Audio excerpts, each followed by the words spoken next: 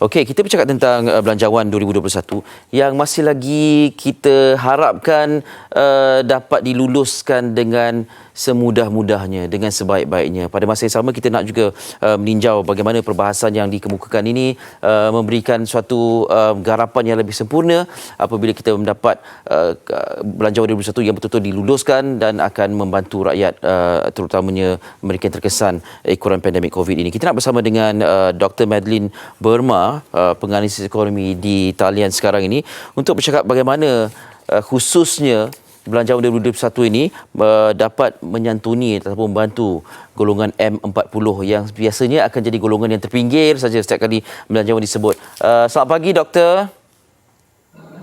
Selamat pagi. Boleh dengar? Boleh dengar. Apa khabar, Doktor? Okey.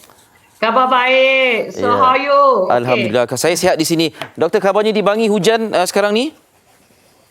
Ya, sedap. Biasalah ni. Tadi baru dengar cerita banjir tadi kan. So, kita sangat khawatir sekarang. Hujan. Tapi taklah teruk sangat. Itulah dia. Okey. Sementara itu kita sembang-sembang tentang belanjawan ini yang kita akan nantikan dengan penuh debaran akan keputusan dan kelulusannya dan sebagainya ini.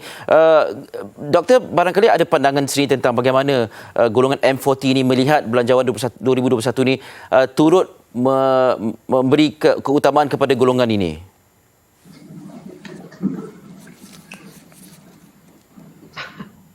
Doktor boleh dengar? Okey, hello. Ya, silakan. Boleh dengar? Ya, dengar. Okey, tadi terputus. Can you just sebut apa yang soalan yang terakhir? You just one line aja. Dia terputus tadi. Okey, baik. Berdasarkan daripada pembentangan Belanjawan 2021, sebanyak 10 bilion diperuntukkan.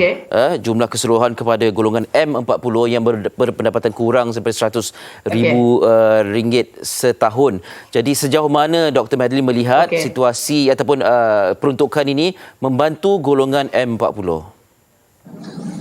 Okey, kalau kita lihat kategori sekarang kita ada B40, M40 dan T20. Sekarang B40 dengan M40 dua-dua telah dikategorikan lagi. Dia ada okey. So bagi M40 ni dia ada 4 kategori ya. Jadi maknanya kategori income untuk M40 ialah antara 4850 ke 10,000 lebih. So mereka ini selalunya terlepas So bagi bajet tahun ini kita dapati bahawa banyak bantuan ataupun bentuk bantuan yang diberikan ataupun diagihkan kepada B40 dan M40. So saya lihat ada lebih kurang 7 yang saya nampak terus Satu ialah dari segi cukai. Di mana pengurangan cukai walaupun simpanan cukai itu dikurangkan untuk 1% sahaja Yang kedua ialah kita lihat skim insurans pekerja. Itu dilanjutkan ke 9 bulan. Dan lepas tu ada program reskilling dan uptooling ada untuk M40 ni. Nombor 4 ialah moratorium disambungkan.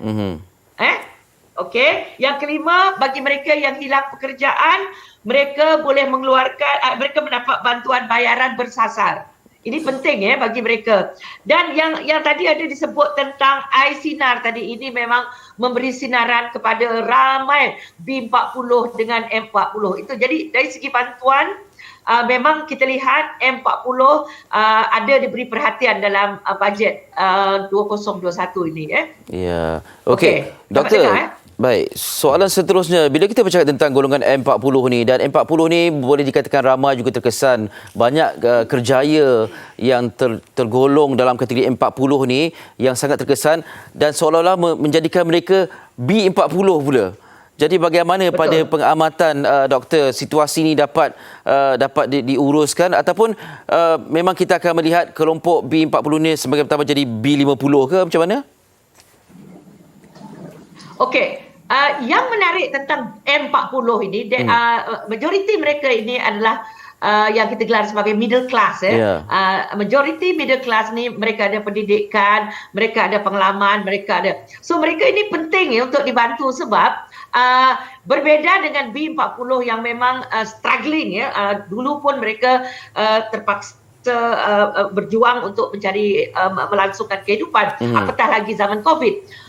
M40 ni they are educated. Majoriti mereka ini bekerja sama ada dalam sektor kerajaan atau sektor swasta atau MNC. Bayangkan ya, gaji mereka inilah 48 sehingga 10,000. Yeah. So mereka ni memang orang yang ada kemampuan. Tetapi apa yang disebutkan tadi, ada yang dah jatuh jadi B40. Yeah. Memang betul. Tetapi mereka ni walaupun pendapatan mereka mungkin kehilangan pendapatan, mereka mempunyai resources, mereka mempunyai ilmu, mereka mempunyai pengalaman, mereka mempunyai networking, mereka mempunyai banyak benda yang saya rasa mereka boleh bangkit balik lebih cepat lagi sebab mereka ini berkemampuan ya. So that bantuan kerajaan itu memang bagus diberikan kepada mereka. Baik, bermakna doktor melihat di sini walaupun terkesan dan mungkin boleh dikategorikan dalam B40, mereka boleh bangkit kembali untuk terus berada dalam kategori middle class.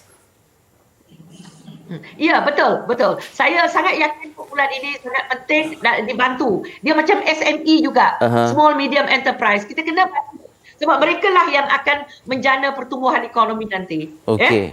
Baik.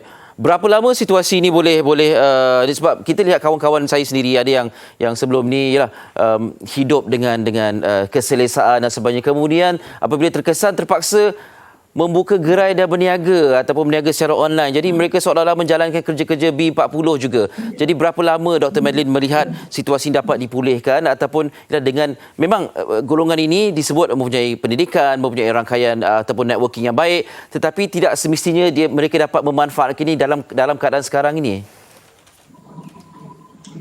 Betul ya, memang kalau nak tahu berapa lama, tetapi setiap challenges yang dihadapi ini sebenarnya dia membuka ruang sebenarnya. Tadi saya dengar tertarik dengan tadi yang membuka gerai itu. For all you know, income ataupun pendapatan daripada gerai, daripada businesses ni atas online ini lebih besar atau lebih kekal berbanding dengan pendapatan dulu. So manfaatkan bantuan yang telah diberikan dan cari peluang yang terbaik, because as I said, they are the best people yang akan menjana ataupun what we call recovery, economic recovery. Mereka inilah kelompok-kelompok yang boleh menjadi frontliner dari segi menjana semula ekonomi kita. So kita kena sokong mereka tu. Ya, maknanya ni kelompok yang ada resilience ya, doktor. Yes, betul, sangat kuat mereka ini. Okey. Baik, Dr. Madeline, terima kasih banyak atas perkongsian pandangan. Terima kasih. Ya, Dr. Madeline Burma, pengasis ekonomi. Bercakap dengan kita tentang golongan M40. Jadi ialah M40 ni biasanya kita akan dengar perkongsian mereka di media sosial dan sebagainya, bercakap tentang situasi mereka diberhentikan kerja, tidak disambung kontrak dan macam-macam lagi, tetapi mempunyai daya tahan dan juga survival yang tinggi untuk memastikan mereka terus berupaya untuk menghadapi situasi ini dan kemudian akan menjadi seorang yang berdaya saing barangkali apabila keadaan semakin pulih ya, dan tidak mahu terus dibelenggu dengan keadaan.